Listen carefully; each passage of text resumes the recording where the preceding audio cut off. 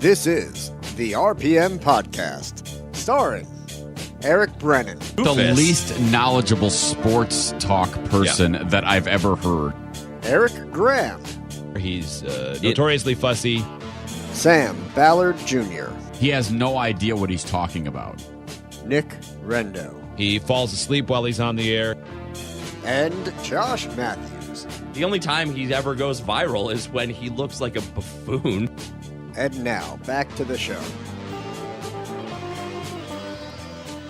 Well, everybody, and welcome to the Chapter House here in Howell, New Jersey on Route 9, where we are getting ready to enjoy what should be a really exciting 500-mile Monster Energy Cup Series race at Talladega Super Speedway. I'm Eric Brennan. Sitting next to me, the man who set this whole thing up, Josh Matthews. At the end, Nicholas Rendo will be handling all of our T-shirt and fashion accessories. And we got a bunch of race car drivers who are here so far as people continue to file in for what should be a really good time.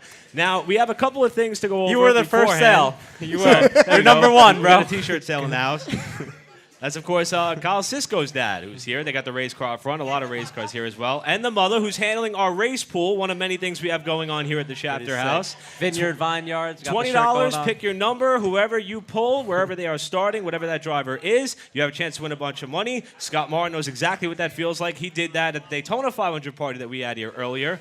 We also got a bunch of race car drivers in the house that we're going to be talking to. My friend Joey Bailey, who finished second in the TQ feature at Wall Stadium last night, is here. Also, JC Duvall, who has a really interesting nickname, not only for himself, but his race car. And I promise he'll be drinking a particular type of liquor tonight, which I may share a shot or two with you.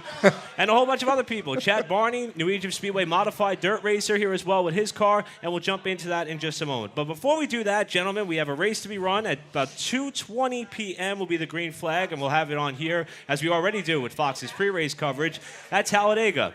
When we were here for the Daytona 500, we weren't sure what we were going to see as far as the plate racing product. The stage racing element, totally different. Wasn't sure how that was going to pan out. It turned out to be a little bit crazy, and I think today we'll see a little bit more of the same. I don't know if you guys agree or if we're in for an interesting race or... There was just a wreck in the Busch race yesterday, right? Going for the stage win. A wreck or multiple wrecks? Okay, I just know the one, but yeah. Well, Rendo mentioned the NASCAR Xfinity Series race, which we had. That was run yesterday. And Eric Almirola, who has turned out to be a pretty good plate racer. His first and only Cup win came at Daytona in July of 2014. He's got now 2 Super Speedway wins on the Xfinity Series side. And he held off guys like Joey Logano and Elliott Sadler, who also have a good record as plate racers. But as you mentioned, Nick, at the end of those stages, just like what we saw at Daytona and just like we're probably going to see today, those playoff points that are available, they seem to really matter. Now, for me, and I'm not sure how you guys feel about this as race car drivers yourselves, I would be looking at the bigger picture. But I guess knowing that there's something out there to go and grab, you kind of have to try to do whatever it takes to get it. And that's what's going to make probably the entire race today pretty exciting to watch. Yeah, Well, I think it just... I want to go into what happened to Logano and, just as you said, about the playoff points and his penalties from last week, where he'll get to keep the win, but it does not count as him automatically getting into the playoffs, as well as he will not get the playoff points. Yeah. And then additionally, they docked him 25 points. Was it him or the crew chief that was fined $50,000 as well? I believe it was crew chief Todd Gordon, and that brings up a really good point, which, reflecting back to what happened at Richmond with Joey Logano, they used the term encumbered finish, which I still don't know what it means. Dictionary.com can only go so far, but nevertheless, it really is a big deal, and it kind of negates it, which leads us to the question. If any of our drivers here who race at Wall Stadium, New Egypt Speedway, if their car is found illegal in any way, shape, or form, they lose the win. No points, no money. It was as if they never showed up to the racetrack. Is it time for NASCAR to start doing such a thing? I'm fine if I they say want to yes. do that, but here's the problem. You're not going to find out till a couple days later, and then you had that whole rant that one time about you want to go home knowing who won. Well, that's So, I mean, I'm kind of throwing this back in your face a little bit here, but... Well, that would be the sanctioning body's counter-argument, right? I mean, you have, I think for today's race, Talladega, they're probably going to have about 80, 90,000 people in attendance. You want them all to go home kind of knowing whoever took the checkered flag is who won the race.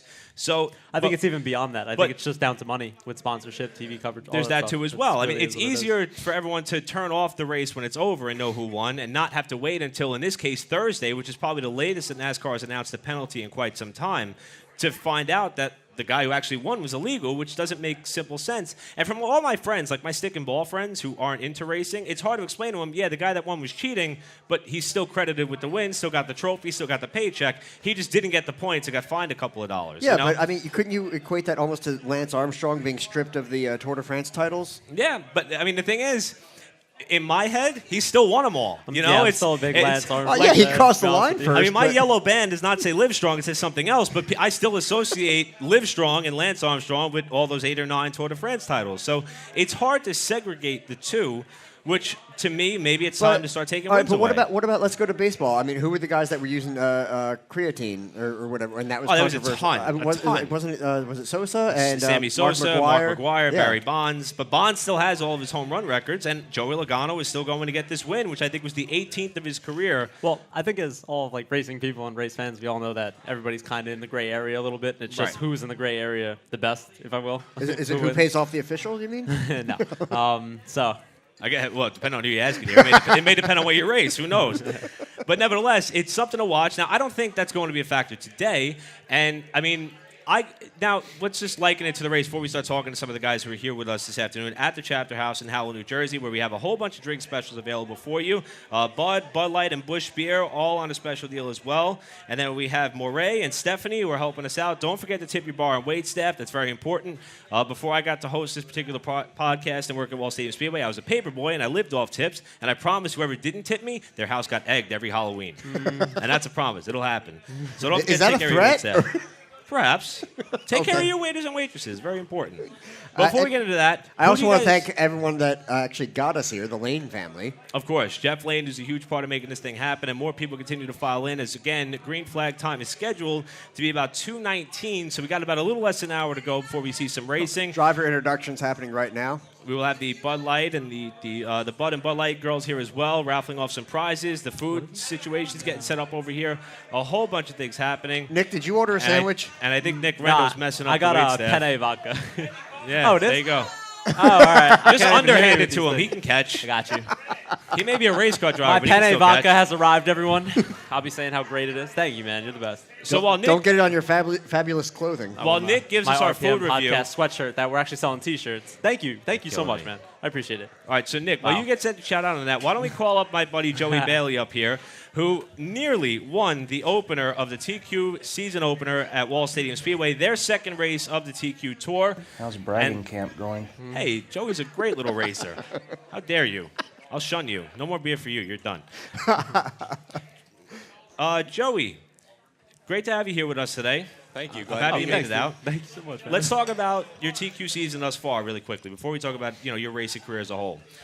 First race at Wall, you and Buddy Slow, the guy who won at Mahoning Valley in the opener. 4 laps to go. He kind of went in a little bit deep, and you got taken right out of the lead. I know that you were telling me yesterday it kind of hurt your pride a little bit, but the second place last night had to heal it a little, just a little.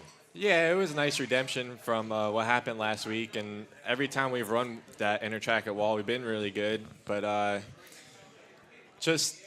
when I first started running TQs, all the tracks we raced at were winged and very high fast, so just adapting to a short track where you have to use brakes and you have to make sure you have brakes at the end of the race, which was ultimately the problem last week. My brake pedal started getting soft, so even yesterday we were able to have a full pedal to full race, a full brake pedal. So, Ryan just had a little bit of a better car. He was a little bit better. And, yes, a second place. For some reason, I hate finishing second. I would rather That may go along with every race car driver here. I hate finishing second. I always hated finishing second. But, to have a 1-2 sweep at the Boyd Racing Shop meant a lot. It's been a while since we did that. We used to do that a lot. But finally, we're getting somewhere. Now, you and Ryan both kind of started mid-pack. I think 6th, 8th, and 10th is where the top 3 ended up starting at some point in the race. So you had to work your way through traffic.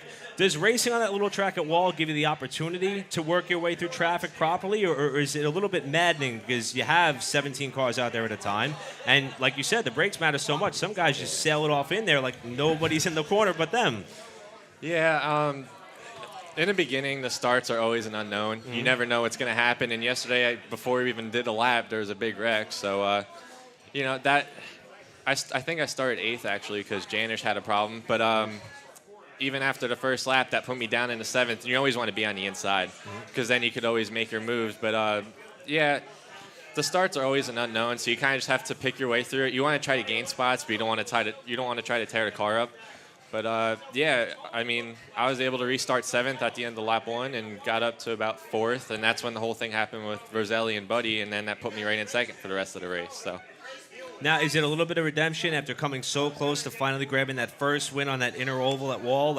Or does it still sting a little bit? And you still feel like you got one that got away, you got to get back? Yeah, I mean, I'm always going to feel like that was one that got away. But, yeah, it was a nice comeback to finish 2nd. And especially because we started off the season pretty strong at Mahoning Valley. We finished 3rd. So the points are just pretty much going up and down for us championship-wise this year.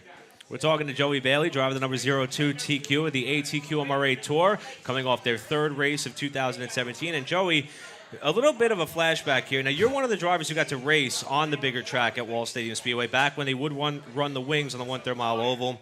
Unfortunately, it seemed like we had a couple of really scary accidents that forced the track to kind of push you guys down to that lower section. But you told me you kind of miss running the high banks. And I'm curious why, and if you hope to maybe one day see you guys back up on the banking. Yeah, I mean, the thing I always say is when I was young, my father raced all the time at Wall Stadium in a TQ. And, you know, what I always say now is I didn't always want to grow up to race on the inner track. You know, I always wanted to race on the high banks. And the TQs there, they were so fast. And maybe that was part of the problem. But the last race we did with that aero package, they slowed them down enough to where it was safe. But you also... But before we did that, it wasn't about handling. It was about driving in as deep as you can, and then what would the car do in the center of the corner. So there wasn't a whole lot of talent or skill to it. It was just who was the bravest going into the corner. But yeah, even the aero package race was a lot of fun because I won that race. But that was going to be my next obviously question. I like it. But after I found out after that, because we only did that one time. So I believe that was the same race that Mike Titeback got up into the fence while trying to get around Jimmy Walcott. It was, I don't know if that was Turkey Derby or... Yeah, I think that was Turkey Derby because that happened right in front of me. Because they set the wing so flat that you know, the air would kind of come underneath it and slow the cars down. But for you and Ryan Timmon, it worked out perfectly. Titeback broke his back in that incident, right? Yeah, that was a very bad accident. Which was kind of the straw that... you know, not to put a pun in this, that broke the camel's back, that put them on the inner track.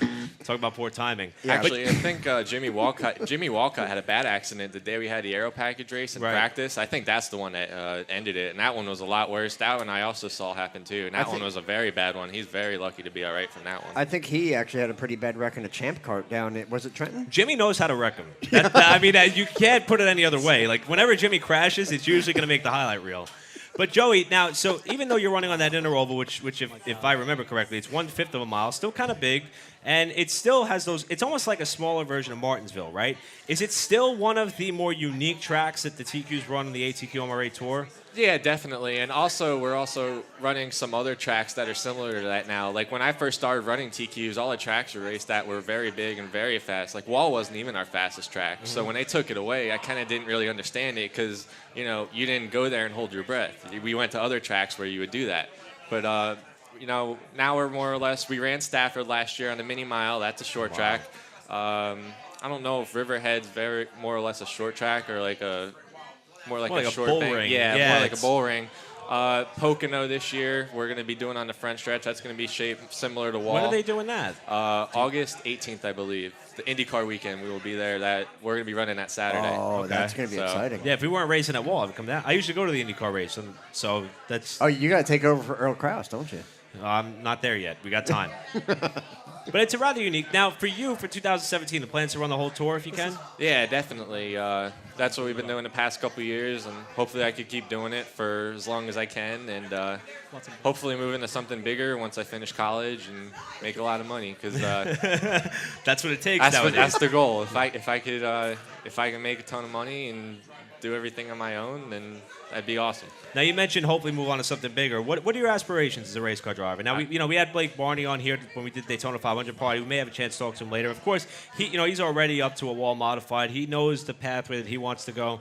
Where do you hope to see your racing career in 5-10 years' time, if you can? I've always wanted to run a super modified. Really? Those things Like are the Imps are super modified. Yeah, the winged ones or the wingless ones. I love super modifieds. I think they are awesome. Every time we went to Oswego, I just love watching them, and they're so bad fast. And it's not only that, but it's also you have to put strategy in it to save your stuff too. So it's kind of like running a stock car, but just going full bore fast. Like stock car without fenders. Pretty Yeah, much, and pretty going insanely fast. It's awesome. Now, I see you came here today with the Kyle Busch shirt. I would say he can't stress fast enough. I like fast. Are they race cars. fast? Well, apparently, listen, if you're brave enough to run a TQ on the high banks at Wall, I think you like fast race cars. I so. did the green flag driving experience. I've run factory stocks for how many years now? I 5 lost years? count. Hey, all right, anyway, I was sitting in the grandstands when I first heard your I name. did the so. green flag driving experience, and I was in the high gear, okay? And it was still like, oh, crap. Oh, we got to put you. The day TQs go back on the high banks, we got to put you in one, man. I don't think he'd make it. I'll try it, but You need a don't be cardiologist surprised. on site to try to. I mean, regenerate his heart. if I had a super modified and they wanted to do a race at Bristol, I'd be all for it. Absolutely. That would or be fun to Dover, watch. Or Dover. I Well, would remember, watch that See, gladly. you would have been perfect. Bristol tried to set that track record. What was it, 2012? I think Yeah. they had a motorcycle there. They had a wing sprint car there Now, on the the paint- on the motorcycle, concrete. he admitted he was conservative because, I mean, I would be too. Yeah, maybe the motorcycle. I mean, how many body bags do you have on site? I mean, that's not a good idea. I mean, the leaning with the banking, that's amazing. But at the same time, they didn't have hay bales up there. They only had the safer barrier. Yeah, if I don't think anything. the safer barrier is going to do much for a body. no, No, not at all. No. But you would have been perfect. Now, somebody that you hope has a fast race car today, I assume, is Kyle Busch because he's got the shirt on today. What do you think we're going to see today in this Talladega 500? I always got to root for Kyle Busch, but I'd love to see Elliott Sadler and Tommy Baldwin's car. I think that would be awesome. Just to see Tommy Baldwin get to victory lane, and all the cars got to do is fire up for him to have a shot. So. Well, Sadler's shown to be a good plate racer. That or somebody who happens to do a little bit of acrobatic stuff in his career on the plate tracks. But that would be a great story, and that kind of ties back to the local roots of what this is all about. I mean, Tommy's cut back to only running a few races a year. He tabbed Elliott Sadler as his driver, and it would be kind of cool to see him pull through with a win. I guess we're going to find out in a couple hours' time. Yeah, I mean, I think it's hard to, if you're kind of an underfunded team and stuff, I think it's kind of hard to with the whole charter system now. Even if you don't have a charter, I don't know, it's just... It's an awkward turning transition. into a franchise, more or less, yeah. Now, on your particular race car, who helps you out on the team? Just you and your dad? We have a lot of help. Art's Radiator, he's a huge help to us. We went down to North Carolina to put a Randy LaJoy seat in the car. A few other series sponsors like VP Racing Fuels, Hoosier Tires, and a lot of other people help us. Like I said, we run out of Lenny and Donna Boyd's shop, and Alan Mollett helps us out a lot. Kevin O'Toole, he helps us out a lot, and my whole family, a lot of my friends. Now, before we let you go, broad question here about the ATQ MRA Tour. I understand there was some shifts in the race director position. We got Bill Bryce running the shows at Wall, perhaps one or two other guys that may fill in at some of the other racetracks. Are you happy with the direction that the Tour is heading? As somebody who's competed in the ATQ MRA for a couple of years, do you think there's a bright future ahead? The car counts appear to be growing and expanding. It seems to be a good position for people coming out of quarter midgets to jump into. As a fellow racer, are you happy with the direction that they're going? Yeah, definitely.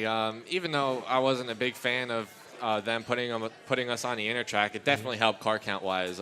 Before that happened, we were probably getting about 10 or 11 cars every week, and it's hard running a series when you're doing that. And now that we're up to about 16 to 17 every weekend constantly, and sometimes you get 20, or even at Turkey Derby we had 26. So, the car counts are getting back up, and that's pushing us in the right direction to go to more racetracks and look more presentable. And right. I think it's only a big step in the right direction. And who knows? Like you said, maybe one day, when maybe the cars are built a lot safer, or the tracks are a lot safer, we could go back on those high-speed racetracks too.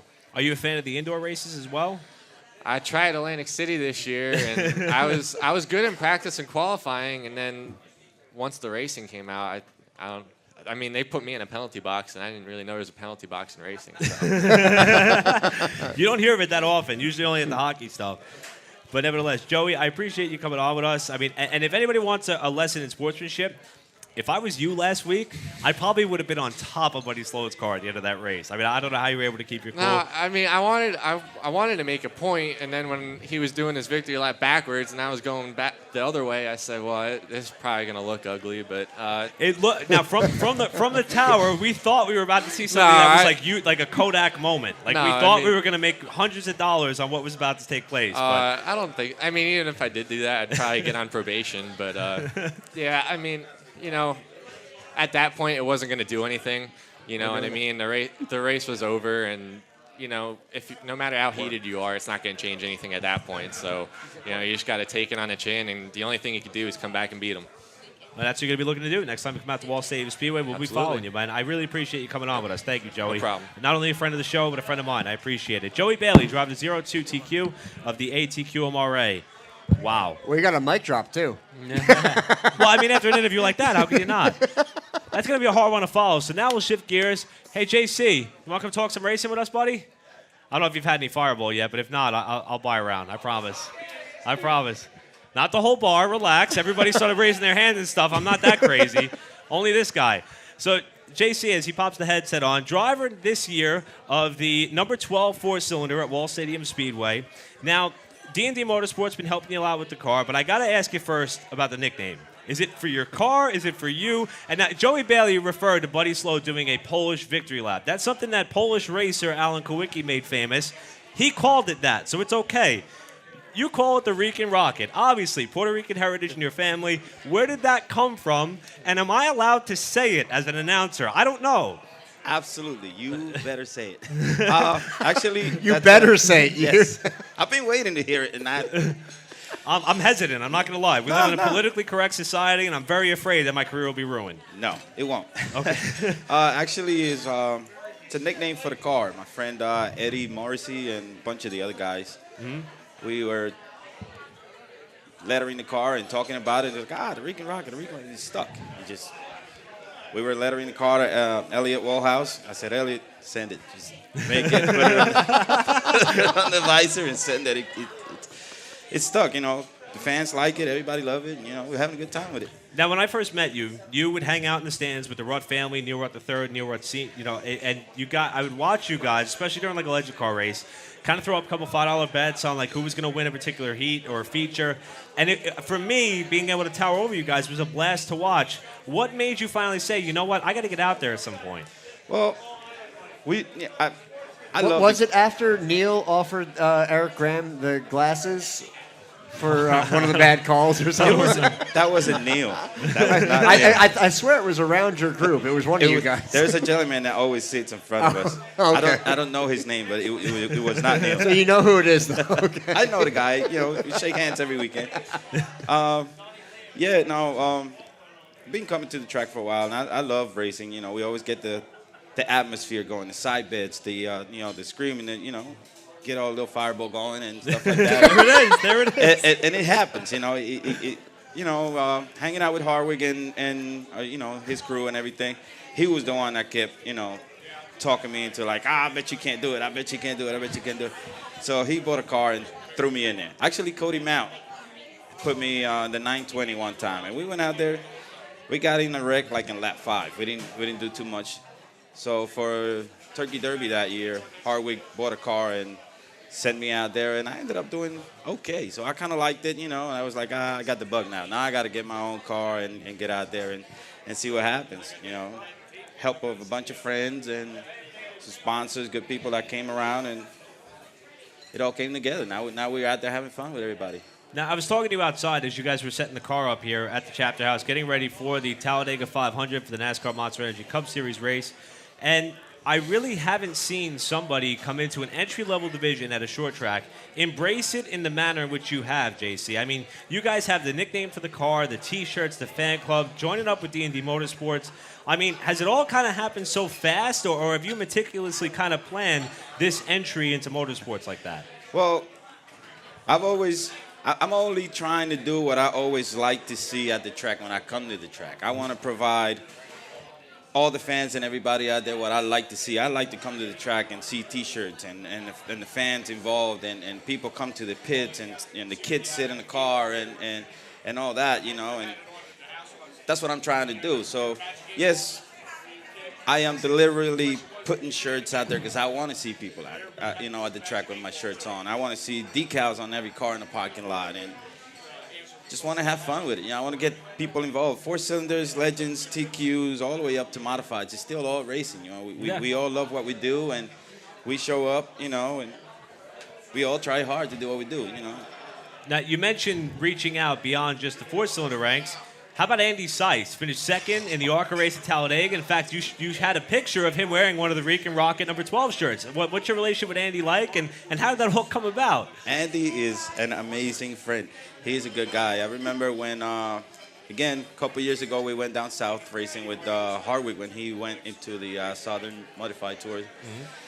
We met Andy at the South Boston track, and he was walking around the pits with his pet pig, little thing this big, and he's just... That's not an adjective. He really has a pet pig? Yes, he does. Okay, I didn't know that. What did we learn? Andy Seiss has a pet pig. I never knew that. Oh my God. He has a pet pig, and he had the whole family was there. Mom, dad, the wife, everybody.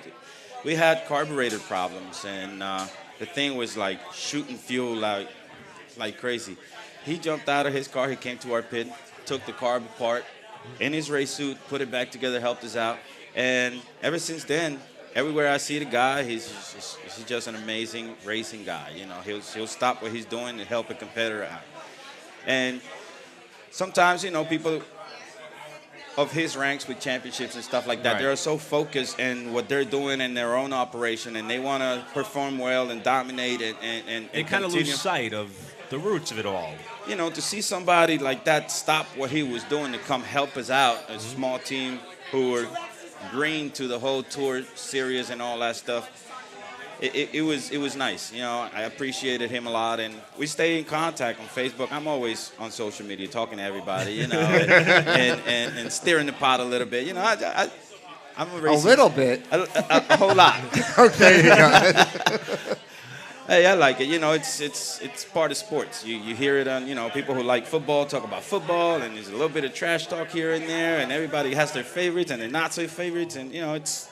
Well, I think it's like what they always say, like you only worry when they stop talking about you. Absolutely. So stirring the pot is a good thing. Yeah. Now, speaking of stirring the pot, JC, I was up in the booth for the modified race, and I heard during Jimmy Blewett's victory lane speech after he won his second race in a row, you were kind of yelling to him, Now, I saw you post on Facebook. You had no complaints. You were happy with what he had to do. So what was that all about? Like, has it been a bit of a transition in your outlook on Showtime or Jimmy Blewett, or were you happy to see him win? I'm a little confused, so we'll clear the air here a little bit.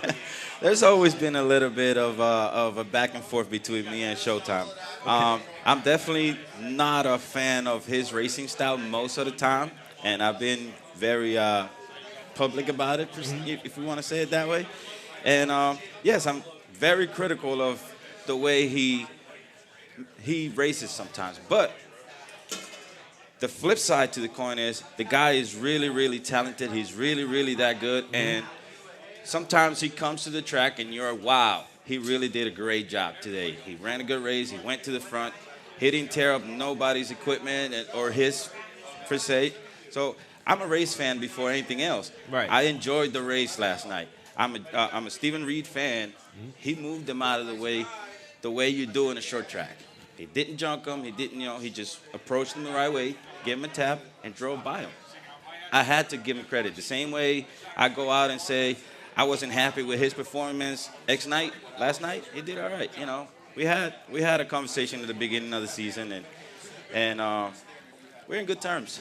And that's the thing. You talked about Andy Seiss and his respect for the roots of the sport. And his pig. Guys like Jimmy Blewett and Stephen Reed, they still seem to have that respect level for the root of the sport, which is right about where you are now. Now, my question is for you, just like we asked Joey Bailey a little bit ago. I mean, do you want to try to move up as a race car driver? Are you just doing this as a hobby for now, or what are your plans going forward? We are having fun.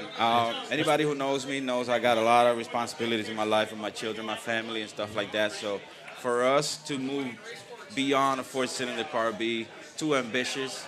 We're having a good time with what we're doing. We want to perform good. We want to get better. And the 4-cylinder is actually I'm happy that we have a good car count this year. You've been doing well so far. Yeah, right. 17 cars on opening night. If you've got a top 10 finish out of that as well. Eighth on So opening that's a great debut. That's better than half the field already. So we have fun, and the good thing is there's more potential with that car, dude, to improve. And, as I get better in driving, and my guys, Neil and Aaron, and everybody that keeps working with the car, keep making it better, I think that we should get a little more out of it and improve some going forward. So it's, we're in a good position. I like where we're going, what we're doing, and we're having fun, which is the most important thing I tell my guys all the time. When we come to the track and we're stressing out and we're not having fun, then I'm parking it and I'm going back in the grandstands. I want to have fun, you know what I mean? I come to the grandstands every week, like you say. You look down the tower, there we are. We were doing it last night. We were doing it last night. Just throwing $2 bets here. Yeah, I love it. Everybody's That's having what it's a all good about. time. I mean, if I ever get to go to New Egypt as a fan, which is really rare, that New Egypt would have a show that Walt doesn't. Usually it's on like a Tuesday night or something. I mean, we do the same thing. We pick our favorite, we hold on tight, and sometimes we'll throw a beer or a couple dollars on it. It's a good time. But now, I gave Joey Bailey a chance to thank all the people who helped you. You mentioned Darren Burge, Dennis DeVito, D&D Motorsports. Yeah. Who else helped you out on the car? D&D Motorsports, Darren Burge actually took me in, and my car was not New Jersey legal at all. We purchased that car from my great friend Dan Kilius down south. Mm-hmm. He took it in, and he's like, "What do you need, JC?" He took the car, and he made it safer than ever and beautiful as ever. So I'm truly grateful to Darren Burge and the whole D&D family. Everybody over there is awesome. Robert Winston from Robert J. Winston Plumbing. Okay. He came on board this year with us, and he is actually sponsoring us and giving us that extra push that we needed to keep going. Neil Rudd III, Aaron Lineman, Elliot Wall. He's crazy. Well, that too. Besides that, he's been a great friend lately, and he's been helping me with the whole lettering the car and the T-shirts and this and that and the other. He's been awesome with us. H&H Auto Wreckers, Surfside Collision, big time. Timmy Steffen came in and helped us out. Who else?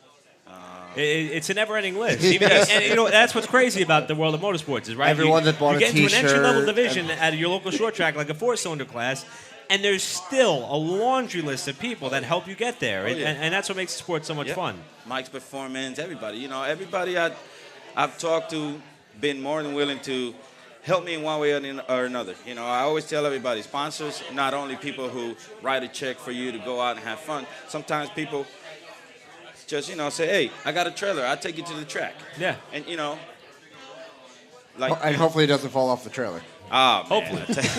I knew that was going to come up. Well, JC Duvall, driver, the number 12 4-cylinder at Wall Stadium Speedway. I thank you so much for coming on with us. Thank you for having me, guys. Really planting the roots of what racing's all about at Wall Stadium Speedway. JC, thank you, man. Good luck this season. Thank you, guys. And I will buy a round of Fireball. I promise. Awesome. As long as they have it. Check if they have it, they and then they can order it. Yeah, we're good. We're golden. JC Duvall, driver, the number 12 4-cylinder. Thank you again, buddy. Thank you. Nick, you had something to mention about the buffet? Yeah, it's now open. So that's it? That's all you got? You're eating penne vodka, bro. You got to know how good the food is here. It's actually amazing. Nick, would you also like to say hi to a couple people? What up, Essence? And your friend. How's Alexis, I believe it is. Hi. What's up? How are you doing? Oh, my goodness. Drivers strapping into their car. Looks like we got a little bit more time to have another conversation. And I want to ask, is there a Chad Barney in the house? I don't know where he went. I saw him earlier. I see you there. Come on up here. I want to talk some dirt racing with you before we get going. Oh, that got the barge, so that's good. Chad Barney, whose car is out there on the racing service, driving the number 84 Dirt Modified at New Egypt Speedway. Chad, I'll ask you to pop this headset on. Now, the last time that we were here, we got to talk to Chris Garbuck, who has had an up-and-down start to the season a little bit. But Chris, second-generation racer. Now, you obviously come from a very well-known New Jersey racing family. How'd you get on dirt, and how's your season going so far?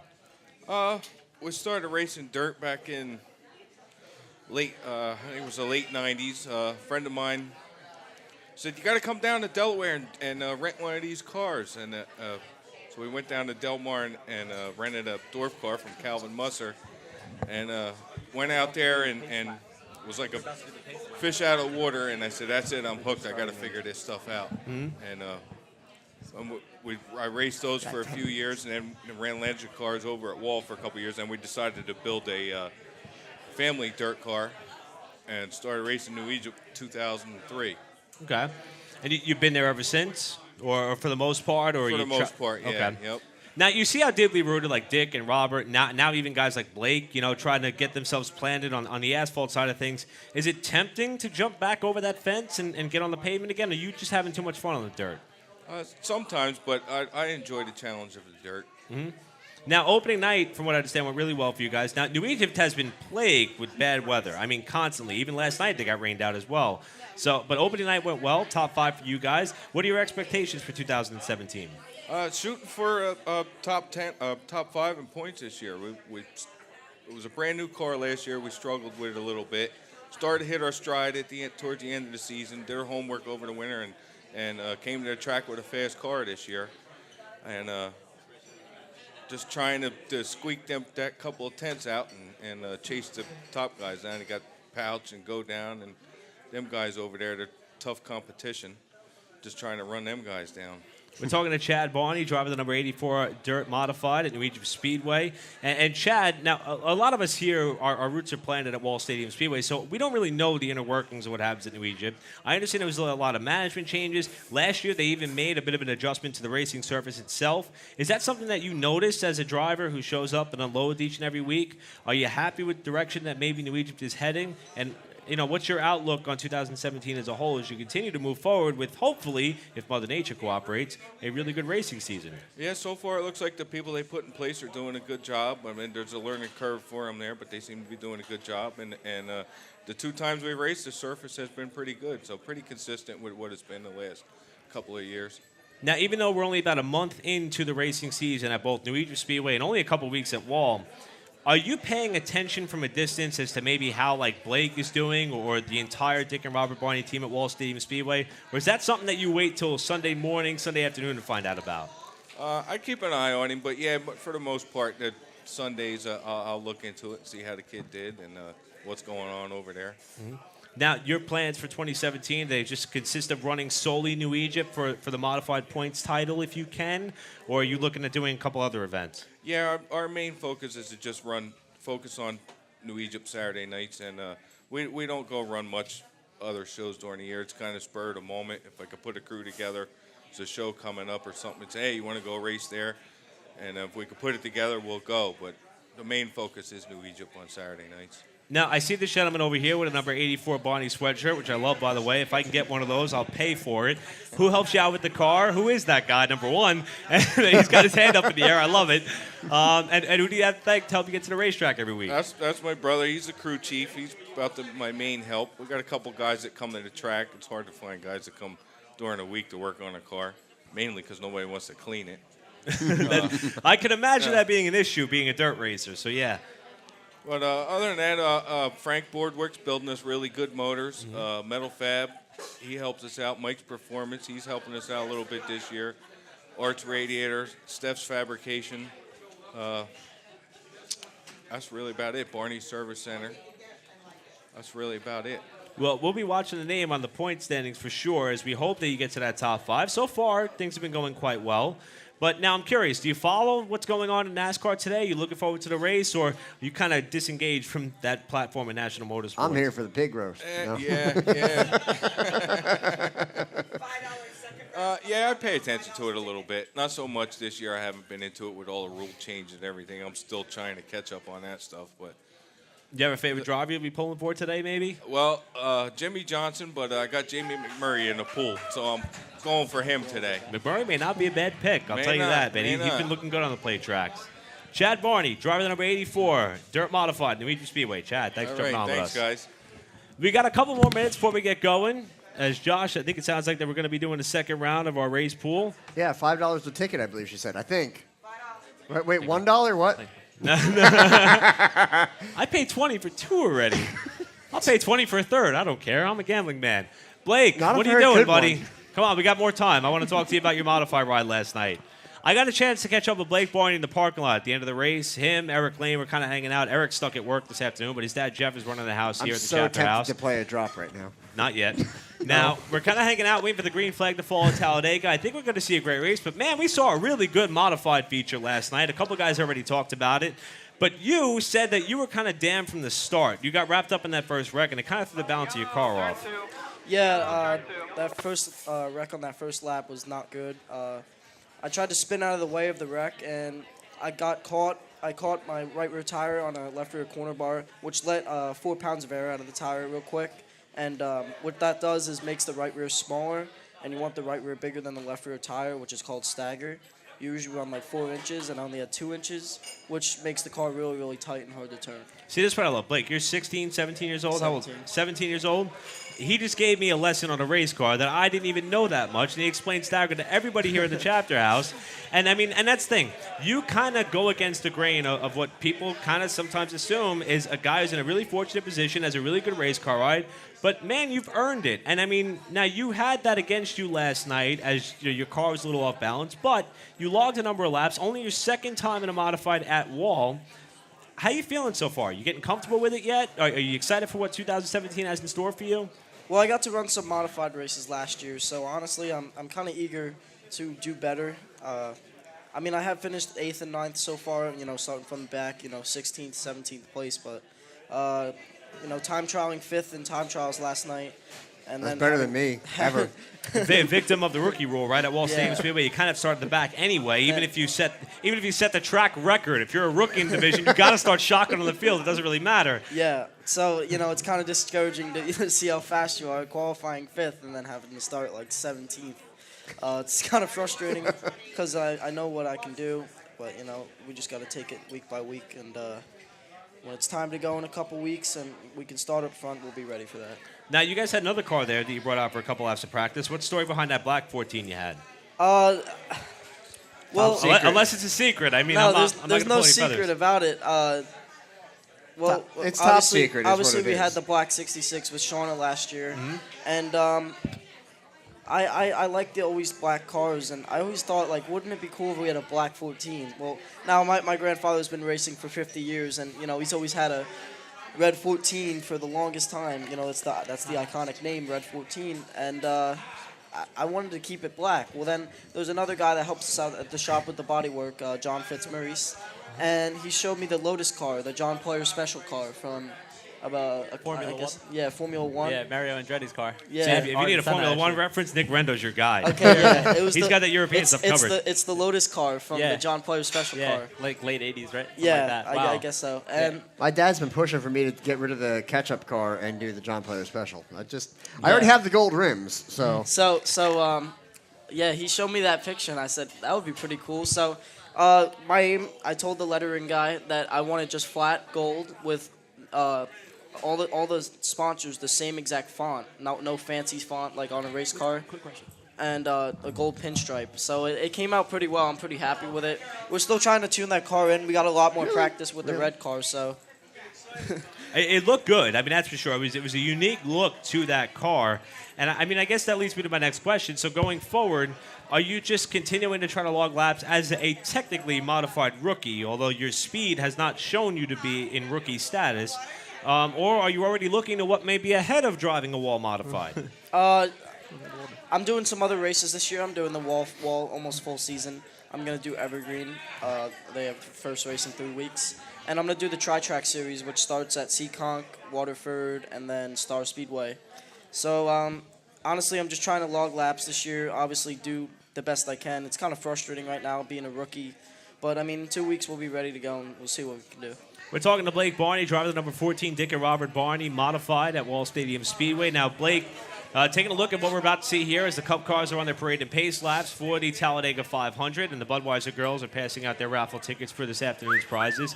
Blake, who do you like today? You got a particular favorite, or you just pulling whatever number you get out of the race pool that's being run by Miss Cisco? In the race pool, I have Kurt Busch, but not a bad pick. Won the 500. Yeah. Hopefully, you can go 2 for 2. But the Penske cars are always fast at any racetrack they go to, and Junior's always good at super speedways, and it's his last year, so I think Junior or one of the Penske cars are honestly going to win this race today. Now, I'm a dreamer, right? One day I want to be on TV calling this very race. Do you one day want to be on TV running in this very race? Is that your long-term goal? Obviously, but I don't have that much money. Unfortunately, the way the sport's gone in the last couple, I'd say like 10, 15 years, is you really need money to get yourself the way there because it's really a business that, they talk about the NASCAR teams being a business. And, unfortunately, it really takes money. My ultimate goal right now, I see in my future, is the Modified Tour, which I feel that's attainable to me and possible for me. So I like to set goals that are possible and that I can reach, and I'm pretty sure I can reach them. We're just going to take the proper measures to get me there. Now, we usually joke with you and Ricky Collins about your friendship on and off the track, and you guys jumping into the modified division around the same time. Ricky's had some really bad luck. In fact, I'm not sure if he's going to make it here today because how badly that car got torn up in that big wreck. But how has your friendship been with him after you guys have had a race in the Premier Division at Wall Stadium Speedway for the last couple of weeks? And do you see that changing if you two continue down the first season in modified racing at Wall? It's a funny story. I was on the outside and he was on the inside row behind me, and Chaz Okerson, he scratched last night, so he said the whole road moves up. I said no, I get the position on the inside. So we were arguing over that, and then there was the rain delay. So then we were coming into the pits, and I went right into his inside, and I started there, and he was giving me the finger on the track into me. But it's all fun. Hopefully he can have better luck. It's hard starting in the back. I know he has speed too, and he has better speed than that. But when you get caught up with just like the sportsman caught with a certain amount of drivers in the back, unfortunately, it's hard to race your way up and leads with wrecks. But hopefully we can get that car fixed. Only a few more weeks left for the rookie rule to kind of hold you hostage, Blake. And I'm excited to see when they finally pull the reins off and you fall into the classification of handicapping to see what that car can really do. And not just the car, but you as well. You looking forward to it? Yeah. Something that I wanted to make a point was the speed of the modified versus the sportsman. I mean, they're way different. When you get in the modified, you have twice the tire and more motor. And you don't think it would be a lot watching it from the stands, It's not. It doesn't seem that much. I mean, obviously they wreck a lot less. Yeah, but everything happens so much. Don't faster. use last night as a barometer for that. Yeah, right. Everything happens so much faster. It's inexplainable, but start of the Talladega. There you go. That's our cue, Blake. Yeah. Have fun today, man. Okay. We'll hang out. Yep. Once again, Blake Barney, driver of the number 14, Dick and Robert Barney Motorsports, number 14 modified at Wall Stadium Speedway. Gentlemen, who do you got today? Nick, you got a pick? I want to pick Kyle Larson, but I think it's going to be a Penske day. Okay. Josh, who you got? I picked Landon Castle. I'll go with McMurray. I'm not taking my suicide pick. On behalf of Nick Rendo, Josh Matthews, I'm Eric Brennan. Enjoy the race here at the Chapter House. We are the folks of the RPM Podcast. We'll be hanging out with the Budweiser girls. We'll announce our raffles later. And don't forget to pick your race pool ticket as well. Who's Enjoy we? the race. Who's we? You mean you? What? No. What are you throwing me off for? We'll talk to you all soon. JC, I'm buying Fireball rounds. Where are you? All right, while we got a moment, I want to get Jason Hearne up here to talk a little bit of racing because he arrived a little bit late. So we're going to get Jason fitted with this little headset that we have here. Better late than never. He's a few drinks in, so this should be a good time. Oh, boy. I'm a few drinks in, so this should be a good time. Jason, how you doing, buddy? Good to see you here today. Good, really good. How's it going? Good to have you. Now, Jason, second-generation racer at Wall Stadium Speedway. You redid the car a little bit in the offseason in terms of the paint scheme. Is there a story behind that, or you just want to change the look of it a little bit? Yeah, for years we had the pink and purple, but we had to get Dad's orange on there eventually. Finally, I talked the car owner into it. We got the half orange. We're working our way to full orange, but it's good to have a little bit of orange on there. It brings back a lot of memories with my dad and Richie Evans, Jimmy Willis, who we lost 7 years ago. It was a teammate of mine, but yeah, it's good. It's great to have the orange on there. It makes me feel good. You kind of know what's on the outside of the car, even though you're inside the car. Mm-hmm. Now, you mentioned that only a few years ago, really, it seems like he stopped racing. I mean, is it your objective to try to carry on not only his legacy, but your own legacy a little bit at Wall Stadium Speedway throughout the entire calendar year, something which you only committed to about a couple years ago? Yeah, my dad stopped in '92, so it was a long, long time ago. He's with me every step of the way, good or bad. I like the I'm never going to be him. It's obviously he was one of the best, and I'm trying to do my own thing and make my own name and just try to race clean, get some respect from other drivers, and have a good time. Now, when you walk through the pit area at Wall Stadium Speedway and you look at the modified portion of the pits, you have a lot of large trailers. You guys still run an open-face trailer. You got a couple of guys on your pit crew who are probably over the age of 70. I mean, you're really doing it an old-school way. Is that something you're proud of, or do you embrace that element of the sport, or is that what it's all about? Just the old-school way of doing things. What's important is to get the fans involved and to get everybody involved and to keep the track going. And when you have the open trailer, everybody sees what it is. I mean, when we're at the red light on 34, everybody pulls up and looks at it. When they pull up and look at a enclosed trailer, they don't know if there is a lawnmower or a race car in there.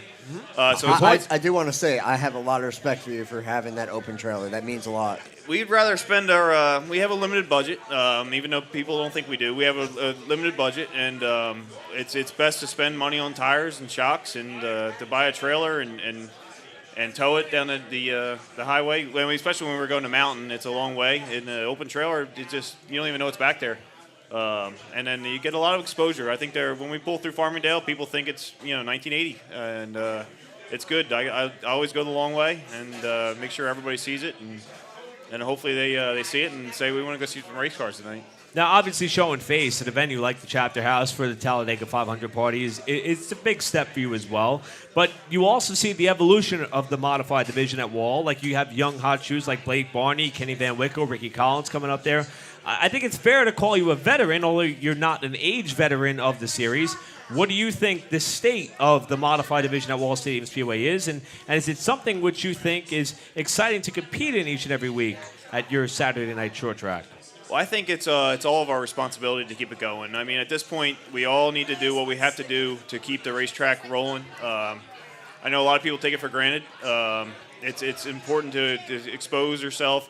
Like Ricky, last year on his last race of the season, I walked up to him, I put my arm around him, I said, you got to do what you've been doing all year. He was the point leader, I think, at the time, and I think some unfortunate circumstances happened. Mm-hmm. But I like to talk to the younger drivers because I had people talk to me when I was younger. I had Tommy Farrell. He was a huge part of my upbringing, and Jimmy Willis. And you can listen, like with Blake, you can listen to what Robert and Dickie have to say, but when you hear it from someone else, it's a little different. My dad obviously knows everything there is possible to know about racing, but when he tells me something and somebody else tells me something, it's your father. You don't always listen to your father. But when you hear it from someone else, it's important. And I like to talk to Blake. Blake's an amazing talent. He's going to be a great race car driver. He can basically do whatever he wants to do. And it's great watching him. I got to race side by side with him opening night. It was fun. We didn't touch, which is amazing at Wall Stadium because most guys, they don't want to rub you. But Blake and I, we raced side by side. I've raced with him at Mountain, and he's an amazing talent, and he's going to be great, and he's great for the future. Ricky, Kenny Van Wickle, all these guys. The sportsman class at Wall has it's made an availability for these guys to move up.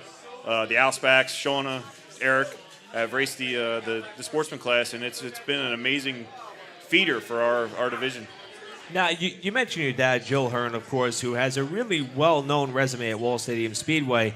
And I'll recite a conversation that I had with Stephen Reed. And he said, if you never question your father, you'll only be as good as him. You'll never be better than him. Is that something that you and your dad talk about when you guys go out on the track and you try to perform on a Saturday night? Like, is the objective to try to do exactly what your dad used to do, or do you kind of want to run in your own shadow? No, I've always tried to be myself. I mean, you look at Dale Jr., Kyle Petty. Great example. They've had legendary fathers, and everyone looks at them like that's Richard Petty's son, that's Dale Sr.'s son. But I've never tried to be my dad's son. I've always tried to be myself. I'm never going to be my father, obviously. And basically, I have him there. He has a great time working on the cars, watching me. And this morning, we spent all morning discussing how terrible we were last night and what we were going to do this week to make it better. And we argued a little bit. We agreed upon what we were going to do, made a path forward, and that's what it's all about. We got to spend time with him. I mean, how much how many people get to spend that much time with their dad, and it's quality time, even though we may argue a little bit and not always agree, but in the end, we all want the same thing. We all are aiming for the same goal to be in victory lane. I couldn't agree more with you there. My dad hasn't driven on the track competitively by any means, but he's there every week with me, and we still fight about stuff that he thinks that I should do. I'm like, you got to get out there in the car and see what it's like in this division or in this day and age. I mean, the technology's a little bit different. Things have changed, but the principle, the whole point is I'm trying to say I completely agree. Yeah, no, his best advice is not towards the race car. It's more towards the mental preparation and to get in the other guys' heads and see where they're at, and he really prepares you for that. More so than the race car dynamics itself. I mean, I know I've been around a while. I can work on the car. He has great advice. I mean, he watches my lines and tells me exactly what he thinks, and whether we agree or not, it's great advice. It's always in the back of my head. Well, you bring up a great point. Like, we're watching this Geico 500 at Talladega. You hear a lot about these drivers referring to sports psychologists or professionals who try to help some of these guys deal with the everyday pressures of having to do what they're doing here this afternoon.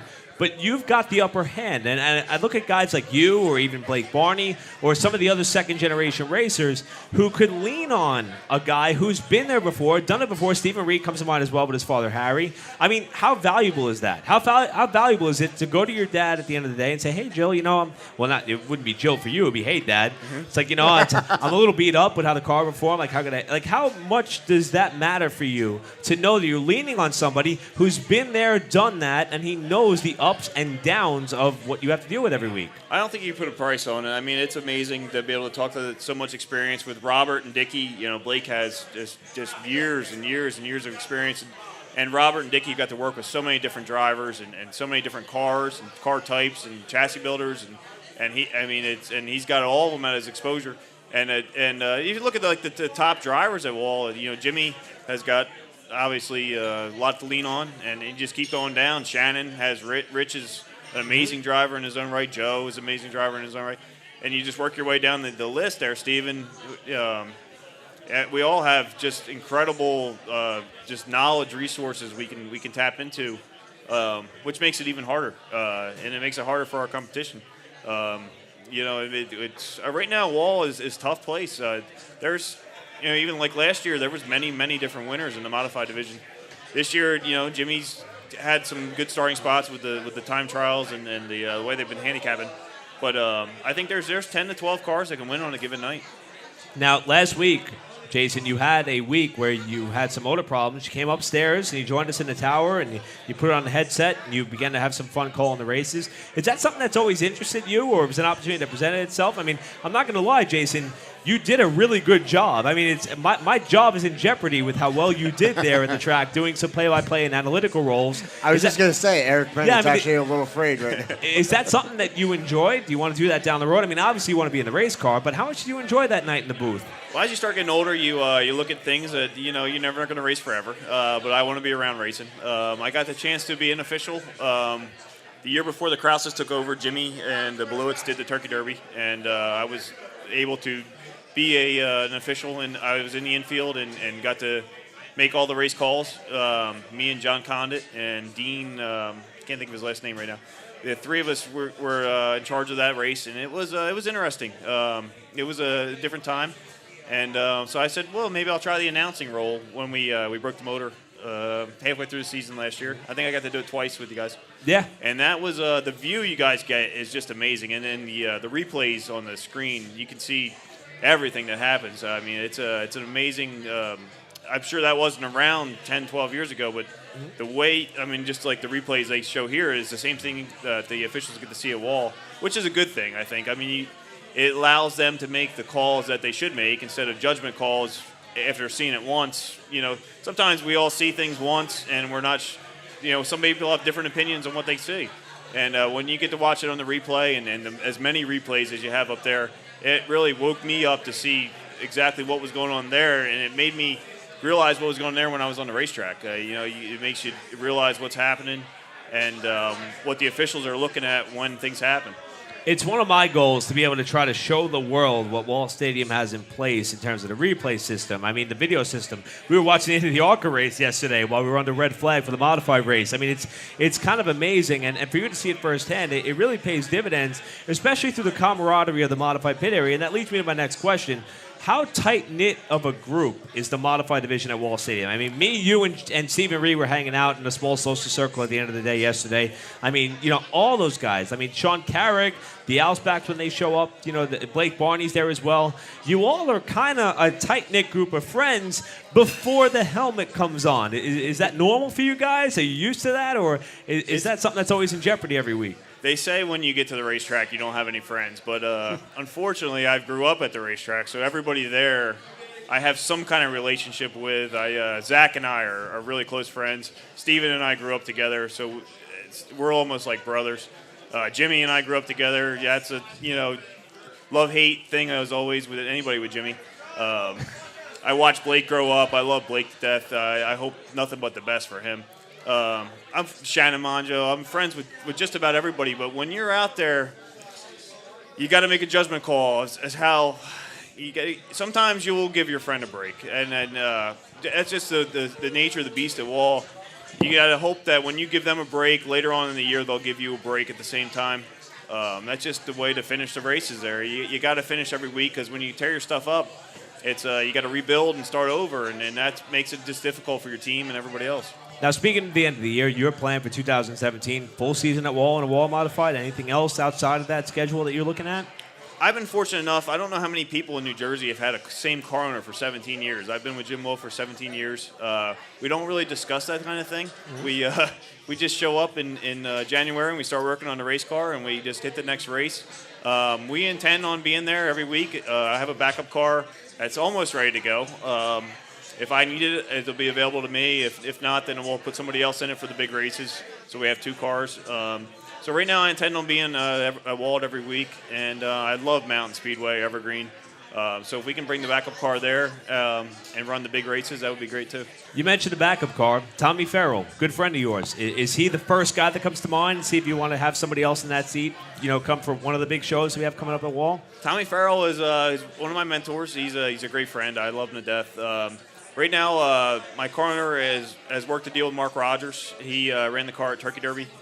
Did a great job. He finished the race 7th or 8th and brought it home one piece from bumper with straight, which is better than I do. And right now, I think that Mark's going to probably run the big races. That's the plan anyway. Right now, we got to get it. It's my responsibility to get it ready. I've been working so much on the white car, the tourer car. I haven't spent much time on the old car, but we're going to get it ready here in the next couple of weeks. When we have a week off, we'll have it ready for the Garden State Classic. Now, aside from that, looking at the grand scheme of things in the national scale of motorsports, 19 laps to go in the Geico 500 here at Talladega. Who's your pick? Yeah, obviously a lot of guys just got taken out in the big wreck on the back straightaway. But I don't care. Is there somebody you cheer for? I mean, whether there's a local tie to it or not, or do you have your favorite own little racer in the NASCAR Tour? Or? Well, my dad used to drive for the Truexes back in the early 80s, and I grew up with Martin. And when we started racing go-karts, we were both 10 years old at New Egypt in Flemington, and we parked next to each other, and then when he started running modified at the same time. So I love Martin. I know Martin really well, and anytime there's a race on, it's like your friends out there, but it's also almost like an icon at this point. So I always pull for Martin. I was a big Dave Blaney sprint car fan, so I always like to pull for Ryan. Yeah. Ryan got wrecked earlier. I think he's named two people that are already out. They're both wrecked. So it's Talladega, and Dale Jr. is retiring this year, so I got to pull for the 88. Well, there you go. All right. Racing Jason Hearne. I appreciate you coming on with us, buddy. Thank you very much. Great to talk to you, of course. Again, you can see Jason this Saturday night at Wall Stadium Speedway in his number 12 modified. As there will be an action for a full schedule and details, visit wallspeedwayracing.com. Looks like the red flag has been lifted at Talladega Superspeedway as repairs continue for some of the Sprint Cup Series cars. The final, about 19 laps or so. It says 19 on the screen. You're saying by about. the time they go green, it'll probably be about 15 to go. I'm not arguing that. I'm just saying you're saying about, and it's clearly About. written on the screen. Yeah, but I'm 19. saying when they go... You know what? Screw you. I'm sure Gary Larson will find his way over here towards the podium to put a headset on as the final few laps continue to kick I hope off. so. But we want to thank Jason Hearne for jumping on board with us. That and we was will awesome. also have our winner for the race pool which are the Cisco family has been heading up for us. We thank you all so very much as we got the Cisco kids car out front as well as I've a whole already bunch of more lost cars. everything, so. Yeah, pretty well, but the more you drink, the less it'll burn. So that's the good thing. That's true. At That's least true. there's a Novocaine for a loss in gambling. Unless I'm drinking with JC, in which case it will burn. No, well, we'll be calling an ambulance when you get home if you keep drinking with JC. We'll continue here at the Chapter House. About 18 laps to go at Talladega for the Geico 500. Thank you again to Jason Hearne. And if we have another big wreck and a red flag, we'll probably talk to somebody else cool. So we'll be back here. Somebody else who is cool. You know what? If you think it's so easy, how do you turn the microphone on? There you go. We're right back here for the RBM podcast in the Chapter House. Don't go anywhere, please.